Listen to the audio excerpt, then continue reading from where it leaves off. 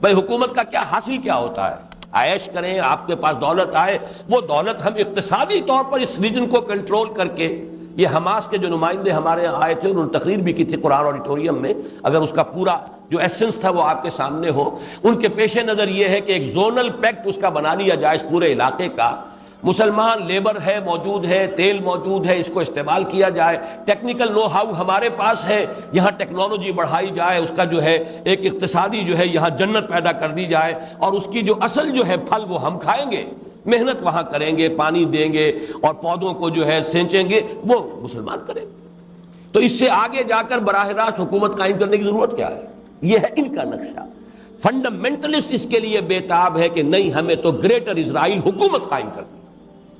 یہ تصادم ان کے مابین ہے۔ اب دیکھیے کب وہ فنڈامنٹلسٹ جو ہیں وہ اس پوزیشن میں آتے ہیں، اور اس کے لیے ظاہر بات ہے کہ ان کے ہاں کسی شخص کو کھڑے ہو کر وہ مسیح ہونے کا دعویٰ کرنا پڑے گا، وہی المسیح الدجال ہوگا، مسیح وہی کہ جس کی ان کے ہاں روایت موجود تھی۔ حضرت سلیمان علیہ السلام کے بعد سے مسلسل جو انبیاء آئے ہیں بنی اسرائیل میں، وہ ایک پیشن گوئی کرتے رہے، ایک مسیح آئیں گے، وہ تمہارے نجات دہندہ ہوں گے۔ وہ مسیح آ گئے، حضرت مسیح علیہ السلام، انہوں نے رد کر دیا، مرتد قرار دیا، پھانسی پر چڑھوا دیا، اپنے بس پڑتے اللہ نے جو کیا وہ اللہ کا معاملہ، لہذا وہ پوزیشن از ویکنٹ، ابھی وہ جگہ خالی ہے نا، اسامی خالی ہے۔ اس خالی اسامی کو پر کرنے کے لیے کوئی یہودی فنڈامنٹلسٹ کھڑا ہو جائے گا، میں ہوں مسیحا اور میں تو اب قائم کروں گا اسرائیل، کم وقت میں۔ یہ صرف جو ہے اقتصادی استحصال کافی نہیں ہے، ہماری باقاعدہ حکومت قائم ہونی چاہیے نیل سے فرات تک، یہ ان کا ایک خواب ہے۔ بہرحال یہ بھٹی وہاں دہکنے والی ہے، اور اس بھٹی ہی کا دوسرا حصہ وہ ہے جو بوسنیا سے شروع ہو چکا ہے۔ بوسنیا سے یہ در حقیقت کرسچین فنڈامنٹلزم کا ہے آنسلاٹ جس کا آغاز ہوا ہے، اور کس حکمت سے بات چل رہی ہے، ذرا سی نگاہیں ادھر کر لیجئے تاکہ گراز کا ستیہ ناش کر کے پھر الٹیمیٹم دیجئے بھاگ جاؤ، واپس چلے جاؤ، نہیں جاؤ گے تو یہ کر دیں گے وہ کر دیں گے، جو کرنا تھا انہوں نے کر لیا۔ اب جو انہوں نے بنائے تھے کہ یہ علاقے ہیں امن کے گہوارے، انہیں ایک امن کے گہوارے کا حشر دیکھ لیا، نتیجہ کیا ہوگا؟ وہ چاہتے یہ ہے کہ ان کے پاؤں یہاں سے اکھڑ جائیں، یستفزہم من الارض، یہاں سے یہ بھاگے، جان بچا کر بھاگے نکلے۔ بہرحال اس علاقوں کو انہوں نے خالی کرا لا، اور اس کے بعد ان کا اگلا ہدف جو ظاہر بات ہے کہ یورپ کی سرزمین پر استنبول، اسلام بول کیسے برداشت ہوگا؟ اور جس طریقے سے رشینز اب ان سربز کی پشت پناہی پر آ رہے ہیں، یہ نسلیت اور مذہبیت دو چیزیں جمع ہو جائیں تو اس سے زیادہ تو خطرناک شاید دنیا میں کوئی ہے نہیں۔ یہ ہے در حقیقت جو آنے والے حالات و واقعات ہیں اس علاقے کے۔ ادھر سے عیسائی آنسلاٹ ہوگا، جو حدیث میں الملحمۃ العظمیٰ جس کا حوالہ دیا گیا ہے، جو آرمگیڈون ہے عیسائی روایات میں، وہ بہت بڑی جنگ ہوگی، اور اس وقت جب یہ کہ مسجد شہید ہوگی، جو فنڈامنٹل مسلمان ہے وہ کھڑا ہوگا، وہ احتجاج کرے گا، اس کو سب سے پہلے تو اپنے حکمران بھونیں گے، اور رہی صحیح کسر جو عیسائی اور یہ یہودی جو ہیں یہ پوری کریں گے۔ یہ تو سیناریو ہے آنے والے دور کی دھندلی سی ایک تصویر دیکھ، جو علامہ اقبال نے کہا تھا، کھول کر آنکھیں میرے آئینہ افکار میں، آنے والے دور کی دھندلی سی ایک تصویر دیکھ۔ تو یہ احادیث سے جو نقشہ سامنے آتا ہے، اور اب تو معلوم ہوتا ہے کہ وہ حالات جو اسٹیج ہیز بین سیٹ، وہ سارے کے سارے معاملات آنے والے ہیں۔ اب آ جائیے جب کہ عالم اسلام کا قلب اور میسرہ تو اس حال میں ہے، گویا کہ اب ساری توجہ جو ہے اب ہماری مرکوز ہونی چاہیے اس کے دائیں بازو کی طرف، میمنہ، دائیں بازو۔ یہ دائیں بازو کسی زمانے میں تو مسلسل تھا، ایران، افغانستان، ترکستان کے دو حصے تھے، روسی ترکستان ہو گیا، بعد میں چینی ترکستان ہو گیا، پہلے تو یہ ایک ہی علاقہ تھا۔ ہندوستان بنگال سے ہوتا ہوا، برما سے ہوتا ہوا، پھر سیدھا چلا گیا، پھر یہ جاوا، سماٹرا، بورنیو، یہ سارا علاقہ جو اب ملائیشیا اور انڈونیشیا، یہ بڑا مسلسل رائٹ ونگ تھا عالم اسلام کا۔ لیکن یہ کہ اب بھارت درمیان میں ہے، جیسے خنجر کی شکل ہے اسرائیل کی، وہ عالم اسلام کے قلب میں پیوست ہے۔ نقشے میں جب بھی دیکھیں گے وہ خنجر نظر آئے گا، بعین ہی کشمیر کا وہ دستہ ہے، اور نیچے وہی ٹرائنگل جو ہے بھارت کی، وہ اس عالم اسلام کے میمنہ کے اندر، سینے کے اندر چونکہ نصب ہے، لہذا یہ دو حصوں میں تقسیم ہو چکا ہے۔ نوٹ کر لیجئے، یہ پورا جغرافیہ اپنے ذہن میں جما لیجئے۔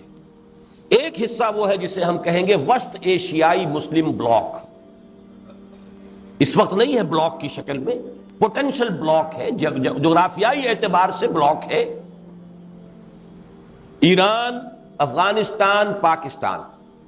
اور ان کے بارے میں ذرا یہ تشبیہ میرے ذہن میں آئی ہے، آپ کو بھی منتقل کر رہا ہوں، اور چونکہ اب یہ ریکارڈنگ ہو رہی ہے اس کے ذریعے سے یہ بات ہم انشاءاللہ دور دور تک پہنچائیں گے، اسی لیے بعض باتیں جو میں نے پہلے کہی ہیں دہرا رہا ہوں. نقشے پر دیکھیں گے تو پاکستان اور ایران ایسے ہیں جیسے رحل کے دو بازو ہوتے ہیں، اور جیسے اس کے اندر قرآن رکھا ہوتا ہے ایسے افغانستان جو ہے اس رحل کے اندر رکھا ہوا ہے، یا یوں کہیے دو بازوؤں کے درمیان گود میں پاکستان اور ایران کی گود میں افغانستان ہے. اور جیسے افغان کا جو ہے اوپر پگڑ بہت بڑا ہوتا ہے،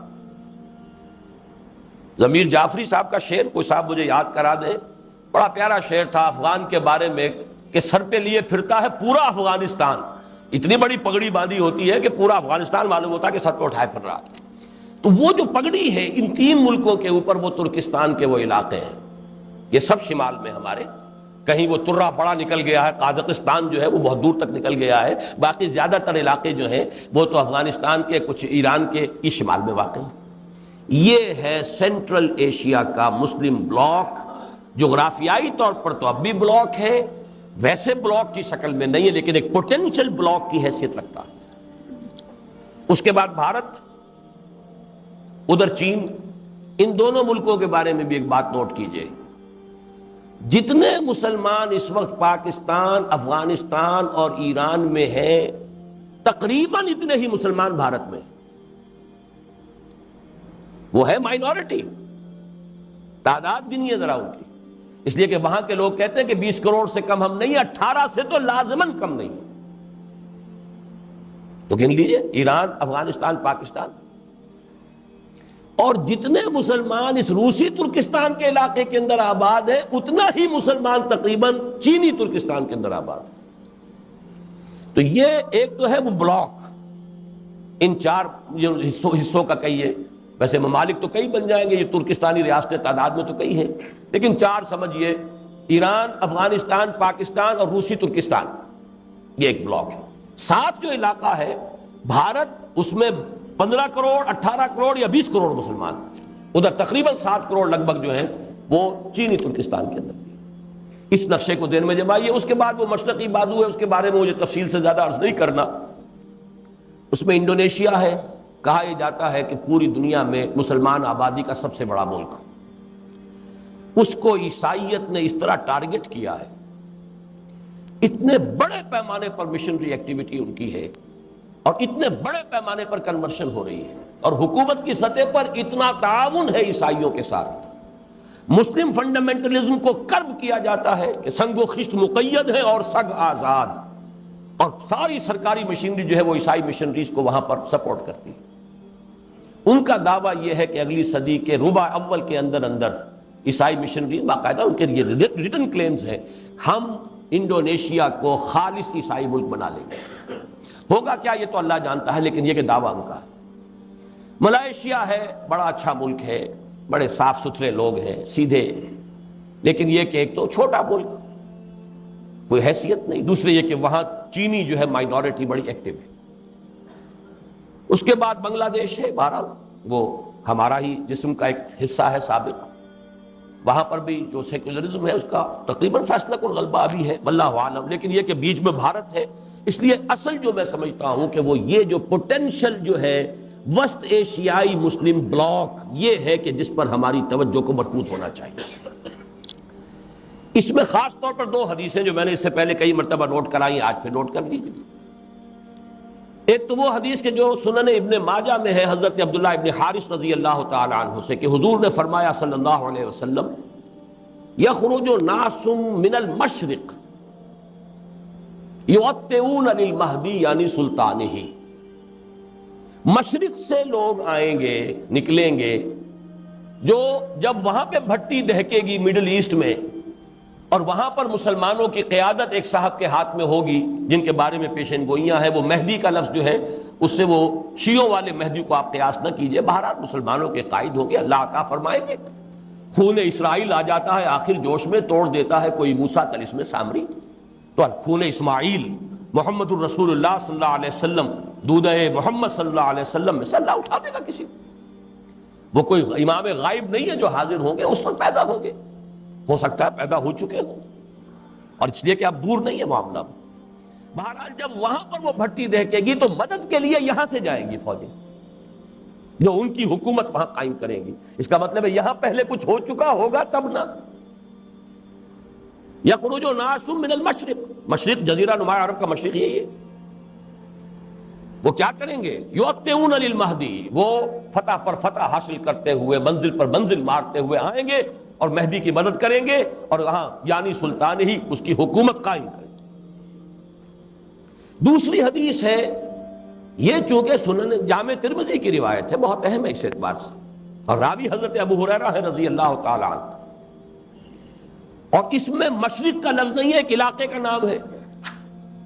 یخرج من خراسان رایات سود لا یردها شیء حتی تنصب بإیلیا، رواہ الترمذی رحمہ اللہ عن ابی ہریرہ رضی اللہ عنہ. خراسان کے علاقے سے فوجیں نکلیں گی، علم برآمد ہوں گے، سیاہ علم، انہیں کوئی واپس نہیں کر سکے گی، کوئی طاقت ان کا منہ نہیں پھیر سکے گی. وہ بڑھتے چلے آئیں گے یہاں تک کہ ایلیا میں وہ جھنڈے نصب ہو جائیں گے. اب یہ خراسان اور ایلیا حضور کے زمانے میں کسے کہتے تھے؟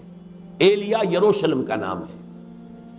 سن 70 عیسوی میں ٹائٹس نے جب یروشلم کو بالکل منہدم کر دیا، ڈسٹرائے کر دیا، اس کا نام و نشان نہیں رہا تھا. کئی 100 سال بعد رومن ایمپرر ہیڈریان نے اسے دوبارہ تعمیر کیا تو اس کا نام ایلیا رکھا.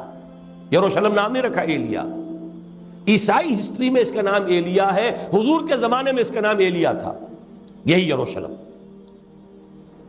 اور نمبر 2 خراسان کا علاقہ حضور کے زمانے میں وہ ہے جو میں نے ابھی جو آپ کو یہ مشرقی وسطی کا مسلم بلاک، مشرقی ایشیا کا مسلم بلاک جو بتایا ہے، اس کا قلب جو ہے وہ خراسان ہے حضور کے زمانے کا. پورا افغانستان اور کچھ علاقے پاکستان کے، افغانستان اور ایران کے اور ترکستان کے، یہ علاقہ حضور کے زمانے میں خراسان کہلاتا تھا. ان دونوں حدیثوں کے حوالے سے اب بات یوں سمجھیے کہ اس وقت کا جو بھی نقشہ سامنے موجود ہے اسے بھی دیکھ لیجیے، اور حضور صلی اللہ علیہ وسلم کے فرمودات کا آئینہ جو ہے اس میں جس حقیقت کا انعکاس ہو رہا ہے. متفق گردید روئے بو علی بارائے من، بات تو ایک ہو گئی. اس پر جو مرکوز کیجئے اپنی توجہ کو، تو جو حقائق سامنے آتے ہیں، وقت کم ہو رہا ہے تو میں جلدی ذرا کروں گا. ان میں سے نمبر 1 ایران ہے. اگر ہم چلتے ہیں عرب سے مشرق کی طرف تو ایران ایک اعتبار سے یہ بازی لے گیا ہے پورے عالم اسلام پر. ان کے مذہبی عقائد، ان کی فقہ سے ہمیں جو اختلاف ہے وہ ہے اپنی جگہ پر ہے. آپ کو معلوم ہے میرے بارے میں کسی کو اشتباہ نہیں ہو سکتا اس اعتبار سے.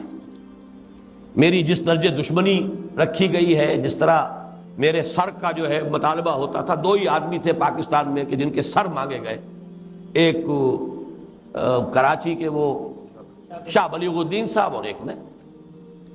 تو اس حوالے سے وہ اپنی جگہ پر اختلاف ہے، لیکن اس حقیقت کا اعتراف کیے بغیر نہیں رہا جا سکتا پورے عالم اسلام میں یہ واحد مسلمان ملک ہے جس نے بہرحال اپنی شریعت، اپنے عقائد کے مطابق ایک مذہبی انقلاب برپا کیا.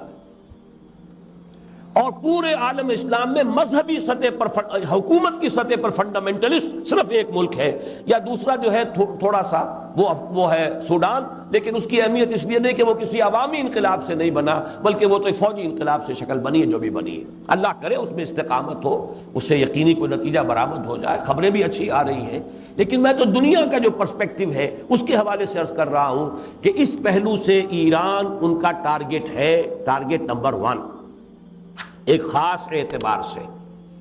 ٹارگٹ نمبر 1 ایک دوسرے اعتبار سے ہم ہیں، وہ میں بعد میں عرض کروں گا. چونکہ حکومت کی سطح پر فنڈامنٹلزم ہے اور وہ آیا ہے ایک عوامی انقلاب کے نتیجے میں، پھر ان کے پاس تیل کی دولت ہے، اس کے خلاف اکنامک سینکشنز بھی ہو جائیں تو اگر لیبیا کھڑا ہو سکتا ہے تو بہرحال وہ بھی کھڑا ہو سکتا ہے. اور نقشہ وہ دنیا کو دکھا چکا ہے کہ لڑا دے ممولے کو شہباز سے، یہ نقشہ بھی اس نے دکھا دیا. یہ ہے ایران کا معاملہ۔ نمبر 2، پاکستان۔ پاکستان 400 برس کی تجدیدی مساعی کا امین ہے، امانت دار ہے۔ پورے ہندوستان میں مجدد الفسانی رحمت اللہ علیہ، شاہ ولی اللہ دہلوی رحمت اللہ علیہ، سید احمد بریلوی رحمت اللہ علیہ اور ان کا جہاد، پھر اس 20ویں صدی عیسوی میں یا 14ویں صدی ہجری میں علامہ اقبال جیسا مفکر، مولانا مودودی جیسا مصنف، مولانا الیاس جیسا مبلغ، شیخ الہند جیسا مجاہد حریت، پورے عالم اسلام میں ان کا پیرلل کوئی موجود نہیں۔ یہ 400 سال کی تاریخ ہے، اس کی امانت، اور اس کے نتیجے میں یہاں کے مڈل کلاس میں فنڈامنٹلزم کا ایک نیوکلیس ہے، اگرچہ حکومت کی سطح پر کوئی پیش رفت نہیں ہو سکی آج تک، بلکہ اب تو پسپائی ہو رہی ہے، اب پیچھے ہٹ رہے ہیں۔ وہ ہمارے ان سیاسی جو بھی زعماء ہیں، جو جماعتیں ہیں، ان کی غلطی اور الیکشن ہی کو واحد میدان بنا کر اس کے اندر اپنا سارا وقت اور توانائی اور قوتیں ضائع کر دینا، یہ ہے در حقیقت جس کا کہ یہ صدا مل رہی ہے کہ اس اعتبار سے تو پسپائی کی طرف ہے معاملہ، کسی پیش رفت کی طرف نہیں ہے۔ لیکن باہر والے تو دیکھتے ہیں نا کہ اندر کیا کچھ مواد موجود ہے۔ اگر مڈل کلاس میں وہ فنڈامنٹلزم کا بارود موجود ہے تو کسی بھی وقت اس کے اندر جو ہے وہ کوئی دھماکہ ہو سکتا ہے۔ دوسری بات جو ان کے لیے ایک اعتبار سے ٹارگٹ نمبر 1 ہمیں بنا رہی ہے، وہ ہمارا ایٹمک نو ہاؤ ہے، پورے عالم اسلام میں اور کسی کے پاس نہیں۔ اسلامی بم اگر بنے گا تو یہی بنے گا۔ یہ ہے مختلف اسباب جس کے بنا پر ایران اور پاکستان کو آپ بریکٹ کر لیجئے، یہ اس نیو ورلڈ آرڈر یا آج کی میری گفتگو کے حوالے سے یہودی اور عیسائی گٹھ جوڑ کا جو ٹارگٹ نمبر 1 ہے، ایک اعتبار سے ایران ہے، ایک اعتبار سے پاکستان ہے۔ افغانستان میں 10 لاکھ سے زیادہ جانیں دی جا چکی ہیں، جو بھی ہوا ہے، ہر طرح کے لوگ اس جہاد میں شامل تھے، پھر جو آپس کے اختلافات ہیں، اس جہاد فساد بن چکا ہے، لیکن اس سب کے باوجود نوٹ کر لیجئے یقیناً وہاں بہت سا خون نہایت خلوص کے ساتھ اور بہت سی جانیں نہایت اخلاص کے ساتھ دی گئی۔ ہو نہیں سکتا کہ یہ خون رنگ نہ لائے، اگرچہ سزا ہمیں مل رہی ہے اس غلطیوں کی جو کی گئی، تربیت کی طرف توجہ نہیں ہوئی، یا یہ کہ ایک امیر کے پیچھے جہاد نہیں کیا گیا۔ جہاد اسلامی کی شرط لازم ہے یہ ایک امیر کے اطاعت۔ ذرا سی خطا ہوئی تھی صحابہ کرام سے، 35 صحابہ سے غزوہ احد میں، اور وہ سزا اللہ نے دی ہے کہ 70 صحابہ شہید ہو گئے۔ تو اگر صحابہ کو سزا دی اللہ نے تو ہمیں کیوں نہیں دے گا؟ وہ سزا مل رہی ہے۔ بہرحال یہ سزا کا وقت ختم ہوگا، لیکن اس وقت جان لیجئے جو پوٹینشل ہے وہاں اسلام کے لیے، یہ یو این او کے پیٹ میں جو درد اٹھتا ہے، یہ مستری صاحب کوئی ہے جو اس وقت پتہ نہیں کیا وہاں پر اپنا مستری پنا کر رہے ہیں۔ ظاہر بات ہے یو این او کا نمائندہ بطرس غالی کا نمائندہ آئے گا تو وہ تو اس آپس کے اختلافات کو اور بھڑکائے گا۔ ان کے اپنے مقاصد ہیں، وہ مدد دیتے ہیں تو کسی وجہ سے دیتے ہیں۔ اب پھر مروڑ اٹھتا ہے ان کے پیٹ درد میں، جو پیٹ کے اندر مروڑ اٹھا ہے کہ پھر مدد آنی چاہیے، اتنے کروڑ ڈالر جو ہے وہ ڈیمانڈ کی گئی ہے کہ مدد ہونی چاہیے۔ بہرحال کچھ نہ کچھ وہ اپنا اس خیر کا پردہ ہے، اسی کے اندر اپنے شر کے جو مذموم عزائم پورے کرتے ہیں۔ لیکن یہ کہ افغانستان کا مسئلہ یہ ہے، پاکستان اور ایران کے درمیان مفاہمت ہو جائے تو گود میں افغانستان رکھا ہے، پھر یہ کہ وہاں کا معاملہ بھی سلجھنے کا اور حل ہونے کا امکان زیادہ ہو جائے گا، اور اگر ان دونوں کے درمیان کے بھی کوئی مفاہمت نہیں ہوتی تو کوئی امکان نہیں۔ وہاں بھی آپ کو معلوم ہے جو مختلف فیکٹرز ہیں، ان میں سے ایک شیعہ سنی فیکٹر بھی ہے وہاں کے فساد کا۔ باقی رہ گئے جو اوپر کے شمالی علاقے ہیں، وہ قازقستان سے لے کر اور آذربائیجان وغیرہ کے علاقوں تک، یہ ظاہر بات ہے کہ ان کے بارے میں تو میں نے بات آپ کو بتائی تھی، ڈاکٹر جاوید اقبال صاحب نے مجھے ایک ملاقات میں بتایا تھا، جہاں میں گیا وہ کہتے ہیں کہ وی نیڈ اے ماڈل۔ ظاہر بات ہے کہ 70 برس گزرے، ان کی جو بھی ذہنی جو بھی ان کی تبدیلی آئی ہے، برین واشنگ ہوئی ہے، وہ اسلام وغیرہ سے کتنے کچھ اب واقف رہ گئے ہیں، وہ سب کو معلوم ہے، اس کو بتانے کی ضرورت نہیں۔ پھر بھی وہ چاہتے ہیں کہ اسلام کا کوئی ماڈل تو پیش کرو نا ہمارے سامنے۔ ان کے یہ الفاظ نقل کیے تھے ڈاکٹر جاوید اقبال نے، Saudi model is not acceptable to us because it is based on monarchy. اسلام کے نام سے تو یا تو سعودی عرب کے اندر کوئی حکومت ہے، کوئی قوانین وغیرہ شریعت کے ہیں، تو وہ تو ہمیں اس لیے قابل قبول نہیں، وہ بادشاہت ہے۔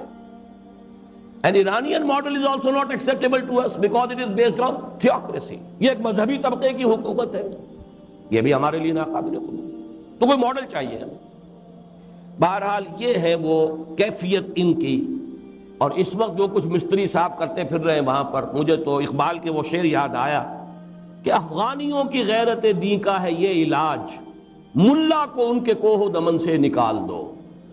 یہ جو بھی ابلیس کی جو بھی ہدایت تھی، تو شاید وہی کچھ کر رہے ہوں کہ یہ جو بھی فنڈامنٹلسٹ ہیں ان سے کسی طریقے سے قیادت چھین کر، بہرحال اس میں جو بھی غلطیاں، خامیاں، کوتاہیاں خود ان کی ہیں وہ اپنی جگہ پر ہے، سارا الزام شیطان پر نہ ڈالیے، ہمارے اپنے کرتوت جو ہے وہ اپنی جگہ پر ہیں۔ لیکن یہ کہ یہ ایک مختصر جائزہ ہے جو میں نے آپ کے سامنے رکھ دیا ہے۔ اس کے بعد مشرق میں چلیے، چین میں آپ کو بتا چکا ہوں، چین کے بارے میں البتہ چند اور حقائق میں آپ کو نوٹ کرا دینا چاہتا ہوں۔ نمبر ایک، بہت بڑی طاقت ہے، بہت بڑی ایٹمک پاور ہے، اور اس نیو ورلڈ آرڈر کے لیے a hard nut to crack and a headache, ابھی تک وہ مسئلہ قائم ہے۔ نظام کے اعتبار سے وہاں صورت یہ بن گئی ہے کہ ایک نظام کو چھوڑ کر آ تو رہے ہیں رفتہ رفتہ، لیکن کوئی چونکہ دوسرا نظام سامنے ہے نہیں، لا محالہ ان کی پیش رفت بھی پھر وہی مغرب کا جو بھی نظام ہے سودی اسی کی طرف ہوگی، اس لیے دوسرا ماڈل کوئی موجود نہیں۔ لیکن یہ وقت ہے اصل میں کہ اگر کوئی ماڈل ان کے سامنے آ جائے تو مجھے بتائیے کس دلیل سے وہ اس کو اختیار نہیں کریں گے۔ کوئی متوازن معیشت کا نظام جس میں وہ سرمایہ داری نہ ہو لیکن کچھ آزادی بھی ہو، کچھ انسان کی جو بنیادی جبلت ہے اس کے تقاضوں کا بھی لحاظ رکھا گیا۔ آج جب میں یہ نوٹس بنا رہا تھا مجھے واقعہ یاد آیا مولانا عبید اللہ سندھی رحمۃ اللہ علیہ کا۔ دیکھیے کس طرح تاریخ اپنے آپ کو دہرا رہی ہے۔ اس وقت ایک چڑھتی آندھی تھی، یہ سوشلزم اور کمیونزم کا انقلاب آیا تھا 1917 میں، اور تقریباً 1920 کے آس پاس مولانا عبید اللہ سندھی جو ہے وہ پہنچے ہیں روس، اس لیے کہ جیسے حضرت شیخ الہند کو گرفتار کر دیا تھا شریف حسین والی مکہ نے، اور گرفتار کر کے انگریزوں کی خدمت میں پیش کر دیا، یہی حشر ان کا ہونے والا تھا، اس لیے کہ حضرت شیخ الہند کے نمائندے کی حیثیت گئے تھے وہاں سے مدد لینے کے لیے۔ انہیں بر وقت اطلاع مل گئی، وہ روس کا بارڈر کراس کر کے روس کی طرف چلے گئے۔ ہندوستان میں تو آ نہیں سکتے تھے، وہ تو غدار تھے، باغی تھے انگریز کے۔ ابھی وہ نیا انقلاب آیا تھا، انہوں نے سوچا اگر اس وقت اسلام کا ان کے سامنے نقشہ پیش کیا جائے تو سابقہ نظام ٹوٹ چکا، نیا نظام ابھی بنا نہیں، جس کو انگریزی میں کہتے ہیں کہ every thing is in the melting پاٹ، تو اگر اس وقت ان کے سامنے اسلام آ جائے تو یہ قبول کر لیں گے۔ لینن سے انہوں نے انٹرویو مانگا، لینن بستر مرگ پر تھا اس وقت، اس نے معذرت کی، ٹراٹسکی سے گفتگو ہوئی، ٹراٹسکی نے بڑی پیشنٹ ہیئرنگ دی ہے، بڑی تفصیل سے بات سنی ہے، سن کر جواب یہ دیا ہے کہ مولانا نظام تو یہ بہت عمدہ ہے جو آپ نے پیش کیا ہے، لیکن کہیں آپ نے اسے قائم کیا ہے؟ مولانا عبید اللہ سندھی کا قول یہ کہ اس کے بعد میری نگاہیں زمین میں گڑ گئیں، میں اسے آنکھیں چار نہیں کر سکا۔ آج میں سوچ رہا تھا کاش کوئی ہو کہ جو چینیوں کو بتا سکے کہ کوئی اور نظام ہے، ضروری نہیں ہے کہ سوشلزم سے سیدھے جاؤ اور ویسٹرن کیپٹلزم کی گود میں جا بیٹھو، کوئی اور نظام ہے، لیکن کوئی جا کر بتائے بھی تو ان کا جواب تو ان کا یہی ہوگا تم نے اپنے گھر میں قائم کیا ہے۔ جب تک وہ ماڈل نہ ہو، یعنی وہ دور وہ تھا جب کہ یہ انقلاب ابھی آگے بڑھ رہا تھا، جس کو کہا تھا کسی نے، مولانا ظفر علی خان نے، کہ ایک جھوٹ کا چلتا جھکڑ ہے، ایک مکر کی اٹھتی آندھی ہے، تو وہ جھکڑ یا آندھی ابھی اٹھ رہی تھی اس وقت وہ واقعہ ہوا۔ آج وہ معاملہ یہ ہے کہ کم سے کم رشیا تو خیر اس معاملے سے کہ وہ تو ویسٹ کی گود میں گیا، اس کا معاملہ جو ہے وہ بالکل اس مسئلے میں، لیکن مشرق میں چین کی ایک طاقت ایسی موجود ہے، ابھی وہ پسپائی کچھ کر رہی ہے، رک کر، اگر اس وقت کہیں پیش ہو، لیکن کوئی ماڈل سامنے آ جائے۔ اور اس کے حوالے سے میں آپ کو ایک واقعہ حال ہی میں میرے ساتھ پیش آیا بیان کرنا چاہتا ہوں۔ ایک کیپٹن شفقت اللہ صاحب ہے جو فوج میں تھے، بہت سینئر آدمی، اور اس وقت پھر ان پر اسلامی جذبہ اتنا غالب ہوا کہ فوج کی سروس چھوڑ کر وہ مڈل ایسٹ میں رہ گئے، اور مفتی امین الحسینی کے ساتھ انہوں نے بہت وقت صرف کیا ہے۔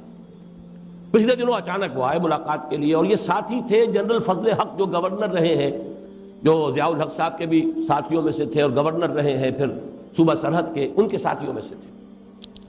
تو انہوں نے مجھے بتایا کہ جو سمٹ کانفرنس ہوئی تھی 1974 کی، 1974 کی ایک بات کا حوالہ آج پہلے بھی آ چکا ہے، اسی کا دوبارہ میں حوالہ دے رہا ہوں۔ اس موقع پر وہ بھی مفتی امین الحسینی کے ساتھ تھے، آئے تھے یہاں۔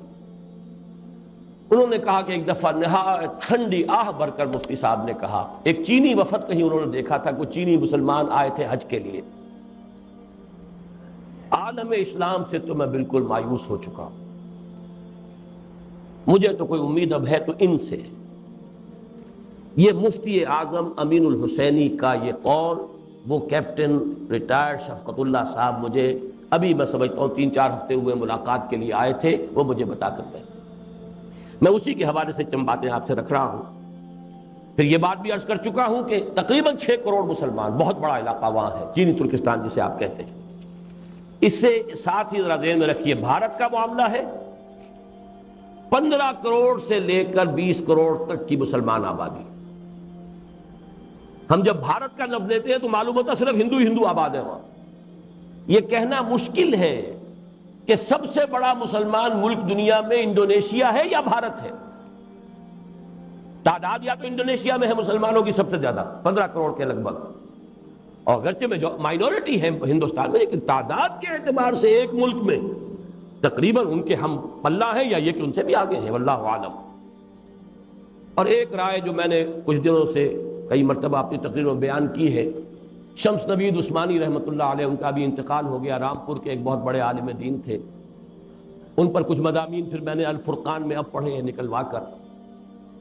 انہوں نے جو بات کہی ہے شاہ ولی اللہ کے حوالے سے بھی ہے، کچھ پرانے جو ہندو اسکرپچرز ہیں ان کے حوالے سے بھی، کہ ہندوستان کے بارے میں توقع ہے کہ وہاں بھی ایک اسلامی انقلاب آئے گا، اور ہندو جو ہے یہ حضرت نوح علیہ السلام کی امت میں سے، منو، یہ مہانو کا بدلا ہوا شکل ہے۔ بہرحال حضرت ابراہیم علیہ السلام کے بعد چونکہ تمام نبوت جو ہے وہ حضرت ابراہیم کی نسل میں رہی ہے، لہذا حضرت ابراہیم اور حضرت نوح کے درمیان کا جو وقفہ ہے، ظاہر بات ہے اس میں بھی تو انبیاء آئے ہیں، ان کے حوالے سے یہ بات جو ہے کسی درجے میں صحیح ہو سکتی ہے۔ لیکن یہ کتاب اب چھپ چکی ہے ان کی پاکستان میں، اگر اب بھی نہ جاگے تو، نام عجیب سا ہے ٹائٹل اس کتاب کا، لیکن آپ لوگ اس کو لے کر پڑھیے۔ یہ ہے میرا جائزہ اس وقت کے عالم اسلام کا۔ اب میں آپ کے سامنے بڑی مختصر الفاظ میں 5 نکاتی ایک پروگرام ہے کہ جو پیش کر رہا ہوں کہ عملاً ہمیں اس میں کرنا کیا۔ پہلی بات، اہم ترین بات، 100 باتوں کی ایک بات، جس کے یوں سمجھیے کہ ہاتھی کے پاؤں میں سب کے پاؤں کے مثال سے ساری باقی باتیں اسی پر مبنی ہیں، وہ تو یہ کہ اس ارض پاکستان میں ایک اسلامی انقلاب برپا کیا جائے، ساری توجہ اس پر مرکوز کی۔ یہ نہیں ہوتا، اگر یہ نہیں تو بابا پھر سب کہانیاں ہیں، ادھر کی مدد ادھر کی مدد، ادھر کی بھاگ ادھر کی دوڑ، ادھر کی سوچ ادھر کے بارے میں فکر، کچھ حاصل نہیں ہوگا اگر یہاں ہم کچھ نہیں کر سکتے، ماڈل یہاں پیش کر سکے۔ تو یہ ریاستیں جو ہیں روسی ترکستانی ریاستیں تو پکار کر کہہ رہی ہیں وی نیڈ اے ماڈل۔ سارا علم اور فکر دین کے نام پر جو بھی ہوا ہے ان 1400 سالوں کے بعد، یعنی وہ سمجھیے کہ 400 سالوں کے دوران جو سیکنڈ 1000 ایئر ہے، الف ثانی، اس سب کا جو ہے وہ تو در حقیقت امین پاکستان ہے۔ پاکستان اسلام کے نام پر بننے والا واحد ملک۔ کاش کہ ہمارے دینی جماعتوں کو، مختلف طبقات کو اس سلسلے میں اپنے طریقہ کار پر نظر ثانی کی توفیق عطا ہو جائے، اس کی دعا کی۔ طاقت ہے، خلوص ہے، اخلاص ہے، جذبہ ہے، اصل معاملہ جو ہے جہاں پانی مر رہا ہے وہ طریقہ کار کا ہے۔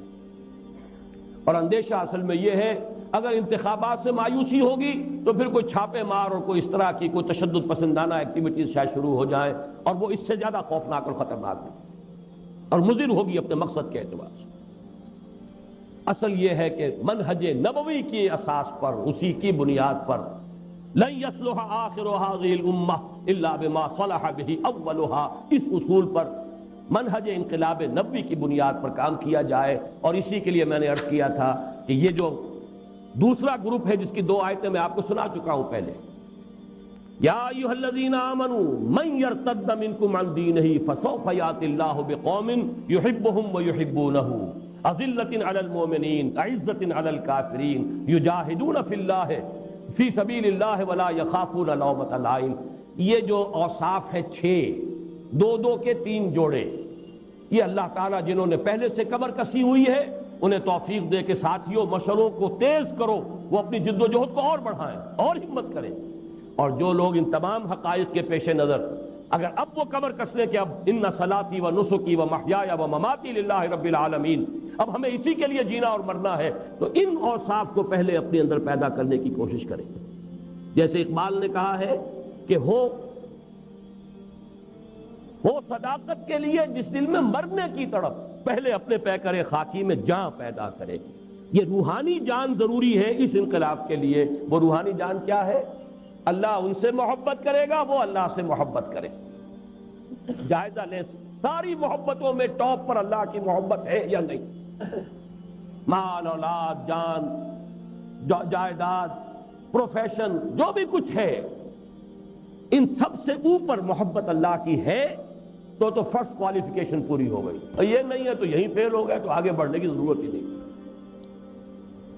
اذلۃ علی المؤمنین اعزۃ علی الکافرین، اہل ایمان کے حق میں بہت نرم اور کافروں کے حق میں بہت سخت ہو۔ حلقہ یاراں تو بریشم کی طرح نرم، اور رزم حق و باطل ہو تو فولاد ہے مومن۔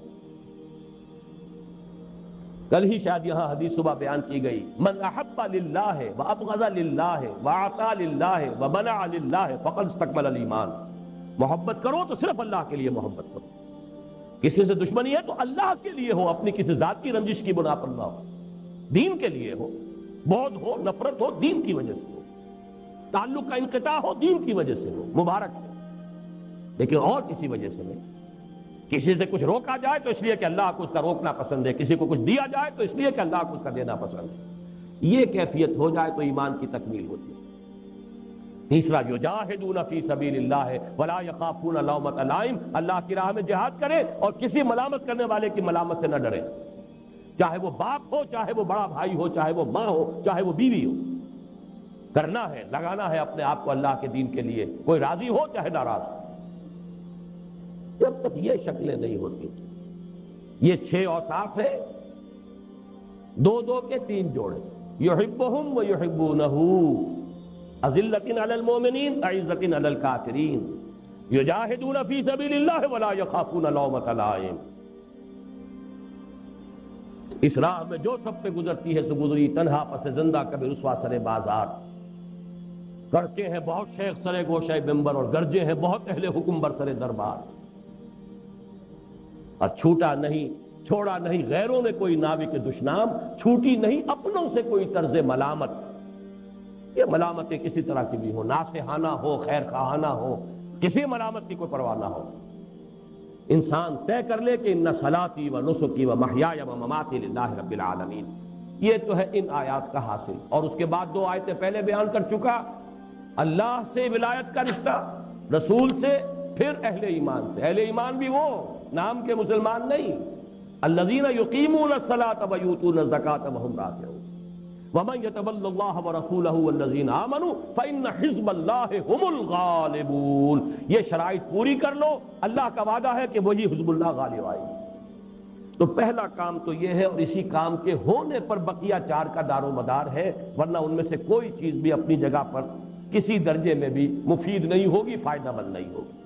لیکن دوسری 4 چیزیں کیا ہیں؟ نمبر 1، وسط ایشیائی مسلم بلاک کی طرف پیش قدمی ہونی چاہیے۔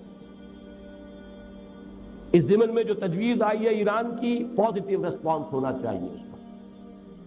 البتہ اس کے ضمن میں جو بات ایک میں نے کہی ہے، تازہ جو ندائے خلافت ہے اس کے سرورق پر وہ بات دے دی گئی ہے بڑی تفصیل سے، بڑی خوبصورتی کے ساتھ، کہ چونکہ ایران پیش رفت کر گیا ہے اپنے تصور اسلام کے مطابق، جو ان کا شیعہ اسلام ہے، ہم پیچھے رہ گئے۔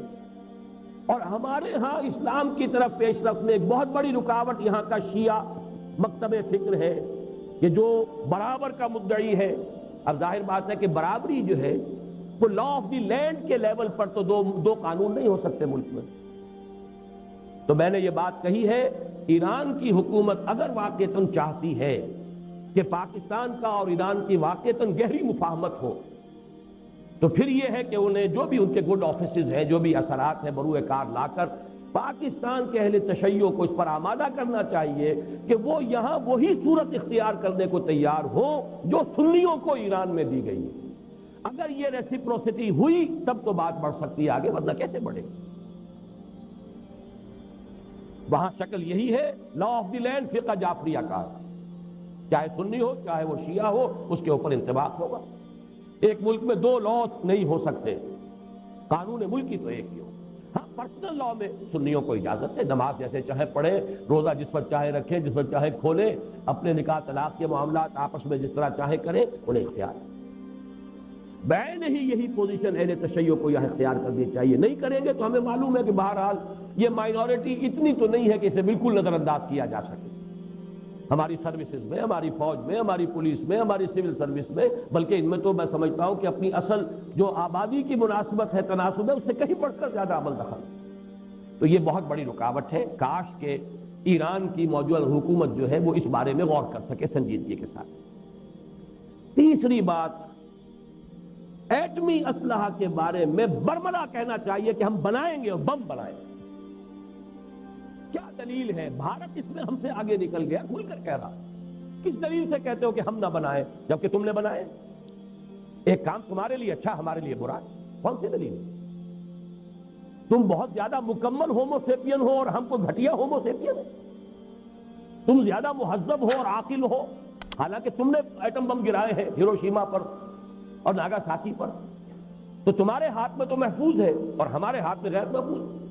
میں سمجھتا ہوں بڑی منطقی بات ہے، بڑی دلیل ہے، اور سیدھی سی بات یہ ہے کہ ہمیں تو یہ کہنا چاہیے کہ ہمیں تو ہمارے اللہ کا حکم ہے، وَأَعِدُّوا لَهُم مَّا اسْتَطَعْتُم مِّن قُوَّةٍ وَمِن رِّبَاطِ الْخَيْلِ تُرْهِبُونَ بِهِ عَدُوَّ اللَّهِ وَعَدُوَّكُمْ وَآخَرِينَ مِن دُونِهِمْ لَا تَعْلَمُونَهُمْ اللَّهُ يَعْلَمُهُمْ۔ جو طاقت بھی فراہم کر سکو اسے فراہم کرو، بدے ہوئے گھوڑے رکھو سجے ہوئے لڑائی کے لیے تیار، تاکہ اس کے ذریعے سے تم اللہ کے دشمنوں کو اور اپنے دشمنوں کو ان کے اوپر دہشت طاری کر سکو، رعب طاری کر سکو۔ اور اللہ کے اور تمہارے دشمن جو کھلے کھلے وہ تو ہے ہی ہے، ایک اور ہے ففتھ کالمسٹ آنسر جو تمہارا مارے آستین ہے، تاکہ وہ بھی اندر ہی اندر بیٹھا ہوا دہلتا رہے کہ کوئی اقدام مسلمانوں کے خلاف کیا تو ان کی تو نگاہوں کے سامنے تھا جو بھی کچھ طاقت جو ہے مسلمانوں نے فراہم کی تھی۔ ہمیں تو یہ حکم رب ہے، ایک حکم رب ہے جس سے بات شروع کی تھی، یا ایھا الذین آمنوا لا تتخذوا اليہود والنصارى اولیاء۔ یہ نہیں ہے، اور اصول فقہ میں نہیں جو ہے وہ امر سے بھی زیادہ غالب ہوتی ہے۔ پہلا حکم تو وہ ہے ایک چیز سے روکنے کا ہو، ان سے دوستی مت کرو۔ اس کے ساتھ نیو ورلڈ آرڈر کے ساتھ ان یہود اور عیسائیوں کے گٹھ جوڑ کے ساتھ کوئی مفاہمت مت کرو، نہ بھاگو اور دوڑو انہی کے پاس، انہی کی گود میں، اور انہی میں گھسنے کی کوشش کرو اور انہی سے تحفظ حاصل کرنے کی کوشش کرو۔ یہ در حقیقت قرآن کے اس حکم کے صاف خلاف ورزی ہے۔ اور دوسرا حکم ہمیں یہ ہے، اعدوا لهم ما استطعتم من قوة ومن رباط الخيل ترهبون به عدو الله وعدوكم وآخرين من دونهم لا تعلمونهم الله يعلم۔ اس میں یہ ہے کہ واقعتاً یہ موقع ایسا ہے، یقیناً یہ چیلنج ہوگا ویسٹ کے خلاف، یہ چیلنج اگر ہم کر لیں تو یہ ہمارے لیے ایک بڑا قیمتی موقع ہے، خدا اور خودی کی بازیافت، پھر اللہ کی طرف توجہ ہو جائے گی۔ دنیا کے سہارے جب جواب دیں گے تو اللہ کی طرف لا محالہ توجہ ہو جائے گی۔ جب تمام ڈاکٹر اور معالج اور سب جواب دیتے ہیں تب اللہ کی جناب میں گر گراتا ہے انسان، اے اللہ اب تو صرف تیرے ہاتھ میں، میرے سارے سہارے تو جواب دے گئے، لہذا یہ دنیا کے سہارے اگر ہمیں جواب دے جائیں تو تو نے اچھا ہی کیا دوست سہارا نہ دیا، مجھ کو لغزش کی ضرورت تھی سنبھلنے کے لیے۔ ہمیں تو سنبھلنے کے لیے اور خدا کو دوبارہ یاد کرنا اور خودی کی بازیافت۔ بڑا پیارا یہ مصرع ہے، حمد خدا خودی طلب، حمد خودی خدا طلب۔ ولا تکونوا کالذین نسوا اللہ فانساہم انفسہم۔ ان لوگوں کے مانند نہ ہو جانا جنہوں نے اللہ کو بھلا دیا تو اللہ نے انہیں اپنے آپ سے غافل کر دیا۔ خدا کو بھلا دو گے خودی سے گئے، خودی کو پہچان لو گے اللہ کو بھی پہچان لو گے۔ من عرف نفسہ فقد عرف ربہ۔ حمد خدا خودی طلب، حمد خودی خدا طلب، یہ معاملہ ہے، لیکن یہ اس پر چیلنج ہوگا، اور جیسا کہ میں عرض کر چکا ہوں، لڑا دے ممولے کو شہباز سے۔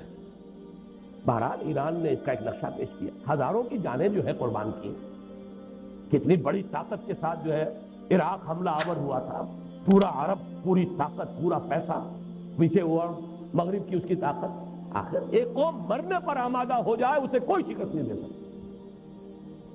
پھر یہ کہ اس میں اللہ کی مدد، اللہ کی نصرت، وہ آیت میں سنا چکا ہوں آج پہلے ایک مرتبہ، ان ینصرکم اللہ فلا غالب لکم، اگر اللہ تمہاری مدد کرے گا تم پر کوئی غالب آ نہیں سکتا، وَإِن یخذلکم، اگر وہ تمہیں چھوڑ دے، فمن ذا الذی ینصرکم من بعدہ، تو پھر کون ہے جو تمہاری مدد کرے گا۔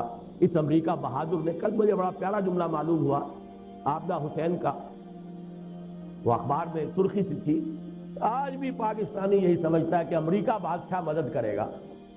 یہ ہماری نفسیات کا جز بن چکا ہے، امریکہ بادشاہ مدد کرے گا۔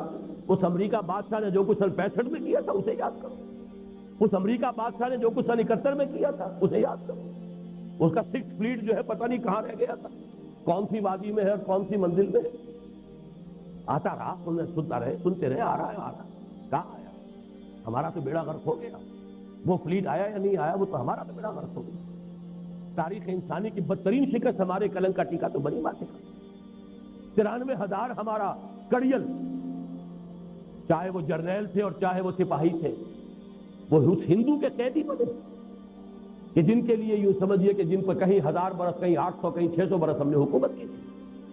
بہرحال چوتھی چیز چین کے ساتھ دوستی اور مفاہمت، اس میں مجھے کچھ زیادہ کہنے کی ضرورت نہیں ہے، میں پہلے عرض کر چکا ہوں، لیکن اس میں اس لیے زیادہ کہنے کی ضرورت نہیں کہ یہ ہماری تاریخ کا اسی طرح سے ایک جز بن گیا ہے کہ اس کے خلاف کسی کا ذہن نہیں ہوگا۔ عارضی طور پر جو شکل پیدا ہوئی ہے وہ یقیناً بہرحال اس وقت کے لیے ہمارے لیے اگر ہم اس سے جاگ جائیں تو وہ بھی ایک بڑی ہمارے لیے ایک نعمت ثابت ہو سکتی ہے کہ اس کا جو بھی گرم جوشانہ ہماری تائید تھی کشمیر کے مسئلے پر وہ آج نہیں رہی۔ جو کچھ ہوا ہے، ہماری اس قرارداد کا حشر ہوا ہے اور جو سبکی ہوئی ہے پاکستان کی، بہرحال اس کے باوجود چین جو ہے ابھی، چونکہ میں عرض کر چکا ہوں، نیو ورلڈ آرڈر کے لیے ابھی وہ ہارڈ نٹ ہے، ابھی وہ کھڑا ہے، ہو سکتا ہے کہ کسی وقت جو ہے خم کھا جائے، پھر کوئی طاقت نہیں رہے گی ظاہری طاقتوں میں۔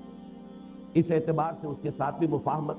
آخری بات جس کے لیے اب وقت نہیں ہے، میں صرف اشارہ کر رہا ہوں، بھارت کا مسئلہ ہمارے لیے ہماری نفسیات کے اعتبار سے، ویسے تو وہ نفسیات تقریباً 1000 سالہ پرانی نفسیات ہے، جس کا کہ مظاہرہ ہوا تھا، جیسا کہ آج بھی میرا جو مضمون چھپا ہے جنگ میں، اندرا گاندھی کا وہ قول میں نے نقل کیا ہے کہ we have avenged our 1000 years defeat، 1000 سالہ شکست کا بدلہ چکایا ہے۔ تو ہندو مسلم نفرت جو ہے وہ تو بڑی طویل ہے، اس میں ان کی محکومیت کا رد عمل بھی ہے، لیکن اس میں لازماً انگریز نے بھی اپنی ڈیوائڈ اینڈ رول پالیسی کے تحت اس کے اندر شدت پیدا کی ہے۔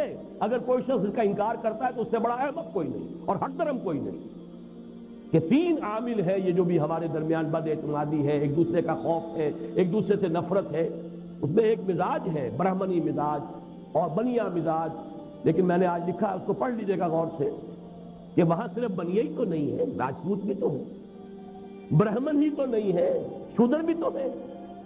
وہ شدر کہ اگر ہم نے کہیں تبلیغ اسلام کا کام کیا ہوتا ریاستی سطح پر، جو کیا بیچارے صوفیوں نے کیا، اپنی ذاتی سطح پر کیا، اگر کہیں ریاستی سطح پر یہاں تبلیغ اسلام کا کام ہوتا تو کوئی ایک شدر بھی رہ سکتا تھا مسلمان ہوئے بغیر۔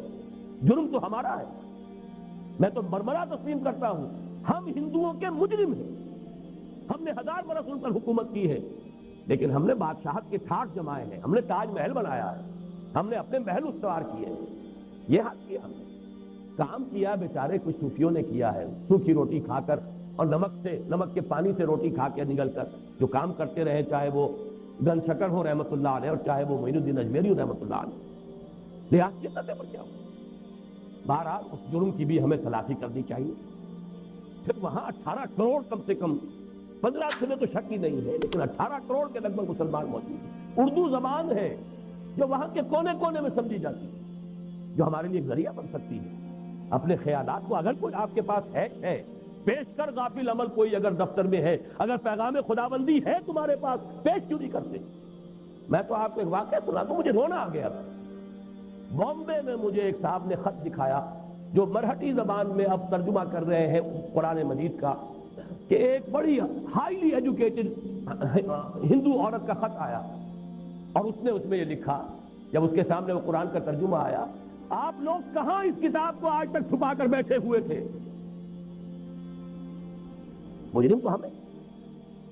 بہرحال معاملہ بڑا پیچیدہ ہے بھارت کا، اور وقت چونکہ اب ختم ہو گیا ہے تقریباً، تو میں نے جو کچھ لکھا ہے لکھنا شروع کیا ہے، اس میں بات اور آئے گی. ایک بات ضرور عرض کرنا چاہتا ہوں، کشمیر کے مسئلے کی ہڈی جو انگریز پھینک کر گیا ہے، باقی چیزیں اپنی جگہ اختلاف رائے کی گنجائش ہے.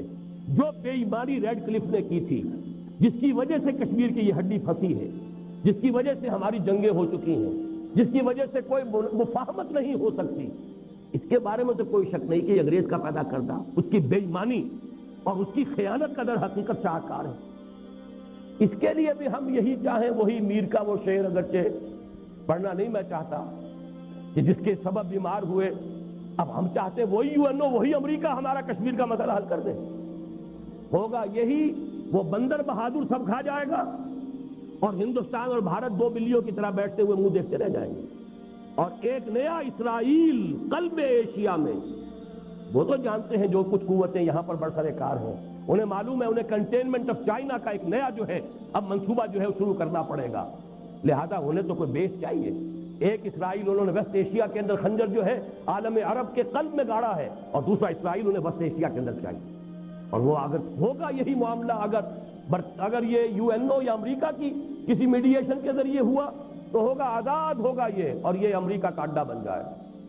باہمی مفاہمت کی کوئی شکل ہو، ایران اور چین کے کچھ گڈ آفیسز کو بروئے کار لا کر اس مسئلے کو حل کرنے کی کوشش کی جائے، ورنہ کسی کے ہاتھ پلے کچھ نہیں آئے گا، اور سارا کچھ معاملہ جو ہے یہی نیو ورلڈ آرڈر کی اسکیم جو ہے اسی کی پروموشن کے لیے ایک بہت بڑا مرکز بن جائے. بہرحال 4 باتیں میں نے عرض کی ہیں. نمبر 1، وسط ایشیائی مسلم بلاک کی طرف پیش رفت. نمبر 2، ایٹمی اسلحہ کی تیاری کا اعلانیہ عزم. چین کے ساتھ دوستی اور مفاہمت. بھارت کے ساتھ کشمیر کے مسئلے کو حل کرنے کے لیے کوئی بائی لیٹرل نیگوسیشن جس میں کہ چائنا اور ایران کے گڈ آفیسز کو استعمال کیا جائے. ہرگز یہ امریکہ یا UNO کے ذریعے اس مسئلے کے کسی حل کے بارے میں کوئی پیش رفت نہ کی جائے. لیکن یہ چاروں بھی ثانوی ہے. اصل شے وہ ہے اس ملک میں اسلامی انقلاب برپا کیا جائے، تب تو یہ چاروں چیزیں ثانوی طور پر بہت بڑی طاقت بن جائیں گی. لیکن اگر جو جڑ اور بنیاد ہے وہی ہم نہیں کر پاتے تو پھر ان چیزوں کی اہمیت جو ہے وہ پھر میرے نزدیک ثانوی ہے. اقول قولی ھذا واستغفر اللہ لی ولکم ولسائر المسلمین والمسلمات.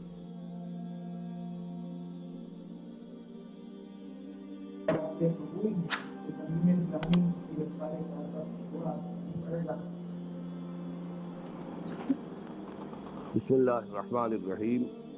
یہ تو سوالات کا جو بھی آپ نے سنا ہے معاملہ، اس سے اندازہ ہو گیا ہوگا کہ اسی ایک موضوع پر اگر اب پورے 1 گھنٹے میں گفتگو کروں تو شاید کبھی کہیں جا کر ان مسائل کا حل ہوگا. چند جملوں میں بات شاید پورے طور پر تو واضح نہ ہو، لیکن اس وقت تو مجبوری ہے کہ اسی پر اکتفا کرنی پڑے گی. دیکھیے، کسی شے کا حقیقت کے اعتبار سے ریشو پروپورشن کا معاملہ اور ایک قانونی اعتبار سے ریشو پروپورشن کا معاملہ، اس کو جہاں ہم اخلاقی تلقین میں استعمال کریں گے وہاں قانون کے پہلو کو مد نظر رکھنا ضروری ہے. اسی کو آج کل آپ کہتے ہیں کوگنیزیبل آفینس اور نان کوگنیزیبل آفینس. ایک وہ جرائم ہوتے ہیں جو قابل دست اندازی پولیس ہیں، اور ایک اس قسم کے جرائم ہوتے ہیں کہ جو اگرچہ اپنی جگہ پر تو بہت بری بات ہے لیکن یہ کہ قابل دست اندازی پولیس نہیں ہے. جیسے کہ کہا گیا غیبت کو کہ وہ گویا کہ مردہ بھائی کا گوشت کھانے کے مترادف ہے، لیکن غیبت کے اوپر کوئی قانونی سزا، کوئی اس کے لیے کوئی تعزیر کا معاملہ نہیں ہے.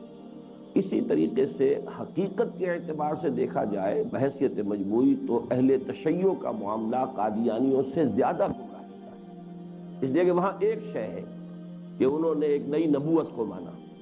باقی یہ کہ ان کے ہاں اور چیزیں جو ہیں توحید بھی ہے اور باقی چیزوں کے اندر بھی شریعت کے اندر بھی کوئی تغیر و تبدل نہیں، جبکہ ان کے ہاں جو امامت معصومہ کا تعلق ہے، پھر اس کے حوالے سے پورا کا پورا نظام جو ہے خلافت راشدہ کا جس طرح متروک ہو جاتا ہے، یہ تمام چیزیں جو ہے کہیں بڑھ جاتی ہیں. لیکن قانون کا معاملہ یہ ہے کہ ان کے اوپر کفر کا اطلاق آج تک نہیں کیا جا سکا، جبکہ قادیانیوں کے کفر کے اوپر پوری امت جمع ہو گئی. یہ فرق ذہن میں رکھیے گا. تو ہمیں بہرحال دوسروں کے ساتھ معاملہ کرتے ہوئے مسلمان پر جو حقوق ہیں ان کو پیش نظر رکھنا پڑے گا، چاہے مسلمان فاسق ہو فاجر ہو، قانوناً مسلمان ہے. کافر کتنا ہی اعلیٰ اخلاق کا ہو، کتنا ہی عمدہ کردار کا ہو، کافر ہے۔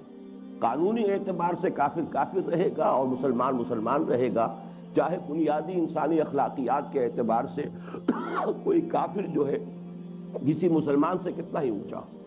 یہی فرق ہے در حقیقت اہل تشیع کا اور قادیانیوں کا۔ پوری امت کی اس تاریخ کے اندر اہل تشیع کے کفر کے بارے میں اجماع نہیں ہو سکا۔ اب اس کے دلائل کیا ہیں، اسباب کیا ہیں، آج بھی نہیں ہے۔ آج بھی خود دیوبندی یہ تحریک جو ہے بنیادی طور پر جو سپاہ صحابہ کی ہے یہ دیوبندی حلقے سے ابھری ہے، لیکن علماء دیوبند کو آپ جمع کر کے دکھا دیجئے ان کی تکفیر پر، وہ اس کے اوپر جمع نہیں ہوگی۔ تو اس حوالے سے فرق رہے گا۔ تو یہ تو پہلے سوال میں تو اسی کا میں سمجھتا ہوں کافی ہوگی بات۔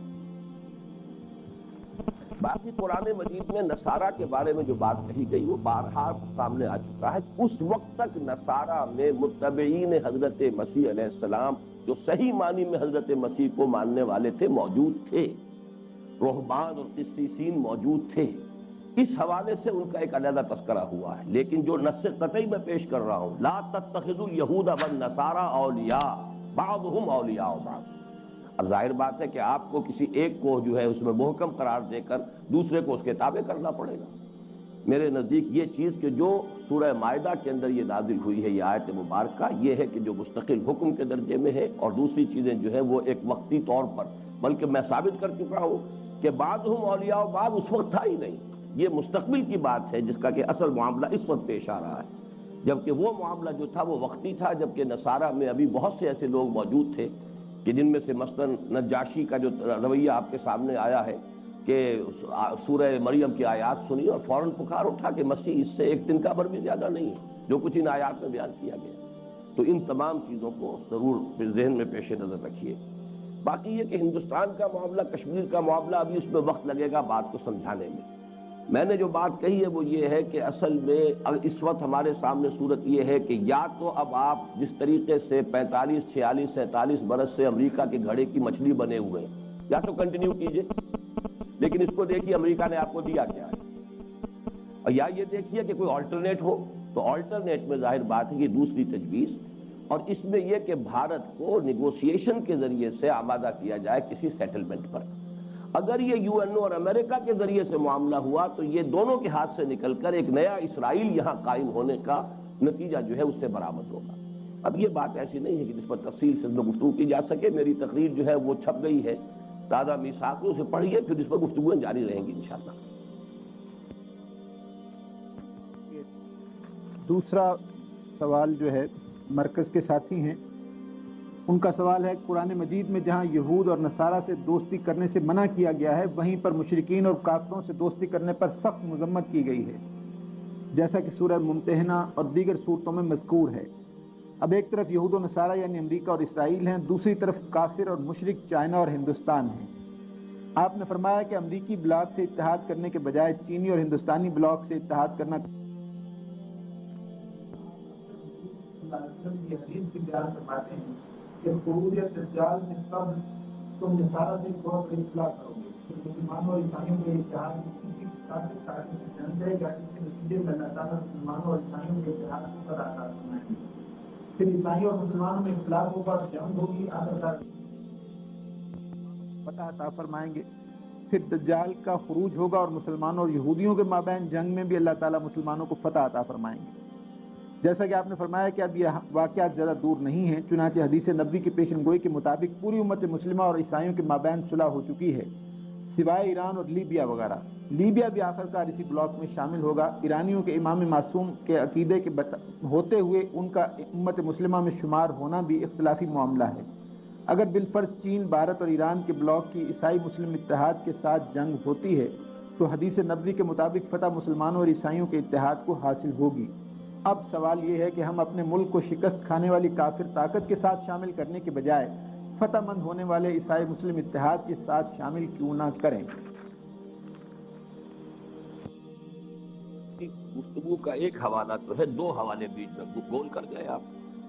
پہلی بات تو یہ کہ ان احادیث کے بارے میں جن کا حوالہ آپ دے رہے ہیں، جو میں نے کچھ بیان کیا وہ تو یہ کہ وہ واقعہ ہو چکا خلیج کی جنگ کے موقع پر، وہ مصالحت، ایک تیسری قوت کے ساتھ جنگ اور ان کی فتح، عیسائیوں اور مسلمانوں کا جو بھی اس وقت متحدہ بحث تھا، جو بھرکس نکلنا تھا عراق کا نکل چکا۔ اب تو اگلی سٹیج آ رہی ہے. اب تو در حقیقت وہ عیسائیت کے ساتھ ایک تیسری صلیبی جنگ کا آغاز ہو چکا. یہ نقطہ آغاز جو ہے در حقیقت بوسنیا، یہ اس صلیبی جنگوں کے سلسلے کا ہے کہ جس کا آخری جو ہے نقطہ عروج جو ہے وہ الملحمۃ العظمیٰ ہوگا. تو اب یا تو یہ کہ احادیث نبویہ سے جو بھی استنباط اور استدلال میں نے کیا ہے تو اس کو بحیثیت کل کے لیجئے، اس کے ایک جز کے حوالے سے تو پھر میرے اوپر حجت قائم نہ کیجئے. تیسری یہ کہ انہی میں وہ احادیث بھی ہے کہ مشرق سے پھر فوجیں آئیں گی اور مشرق سے مدد ہوگی.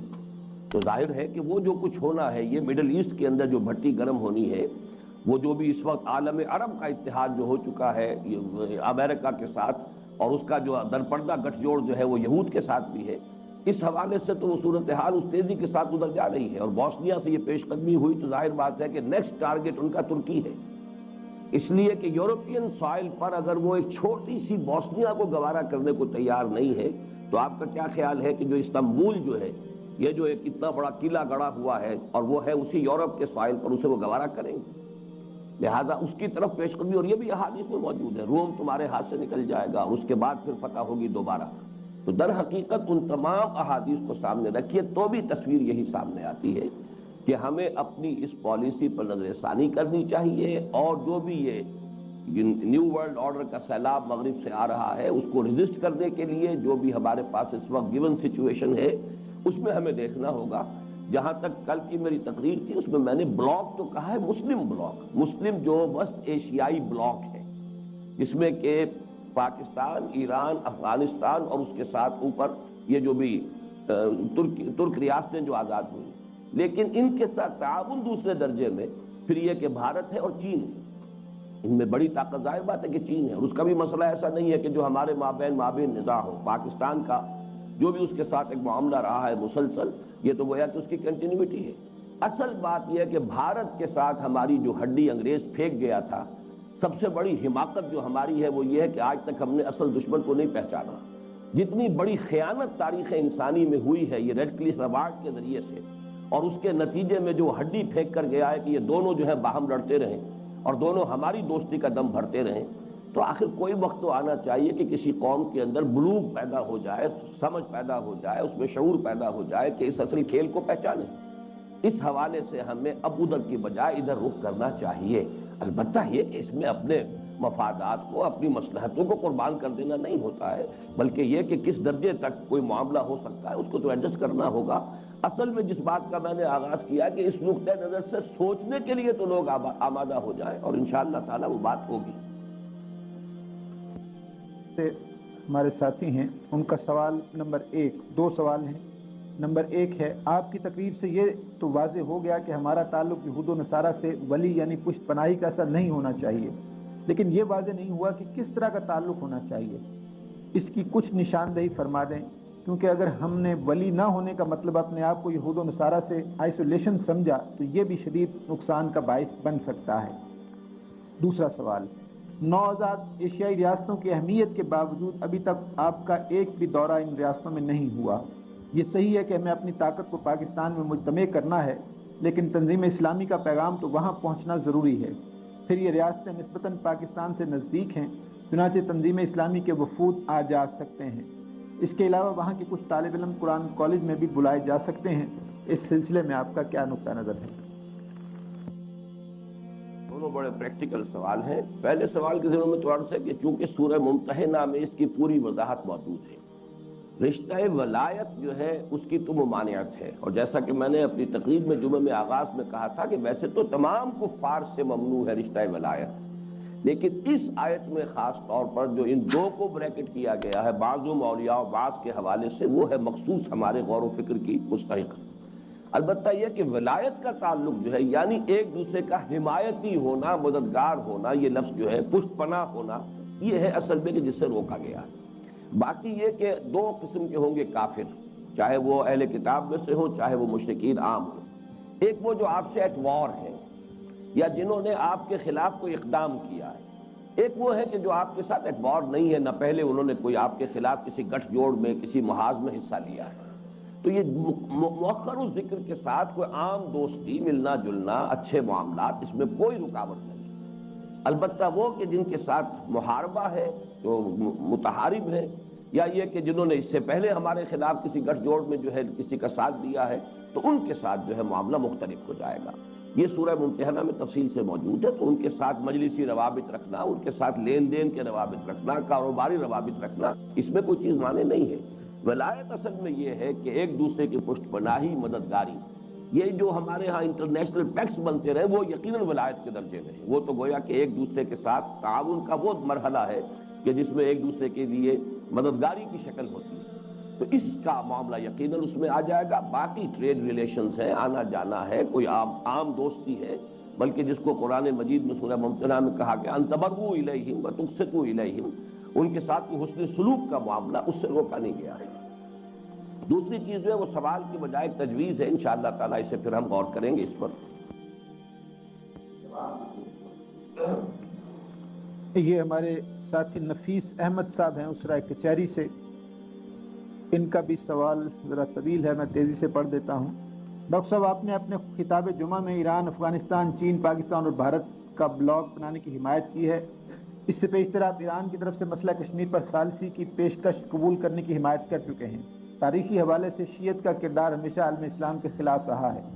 صرف حوالے دے رہا ہوں، بغداد کی تباہی میں ابن القمی اور نصیر الدین طوسی کا کردار ہو، یا ٹیپو سلطان کی شہادت اور شکست میں میر صادق کا کردار، سراج الدولہ کی شکست میں میر جعفر کا کردار ہو، یا پاکستان کی تقسیم میں یحییٰ خان کا کردار، لبنان کی خانہ جنگی میں عمل ملیشیا یا حزب اللہ کی اسلام دشمنی ہو، یا افغانستان میں ایران کی سازشیں، کیا یہ تمام واقعات محض اتفاقات ہیں یا یہ بھی کسی طویل المیعاد منصوبے کا حصہ ہیں؟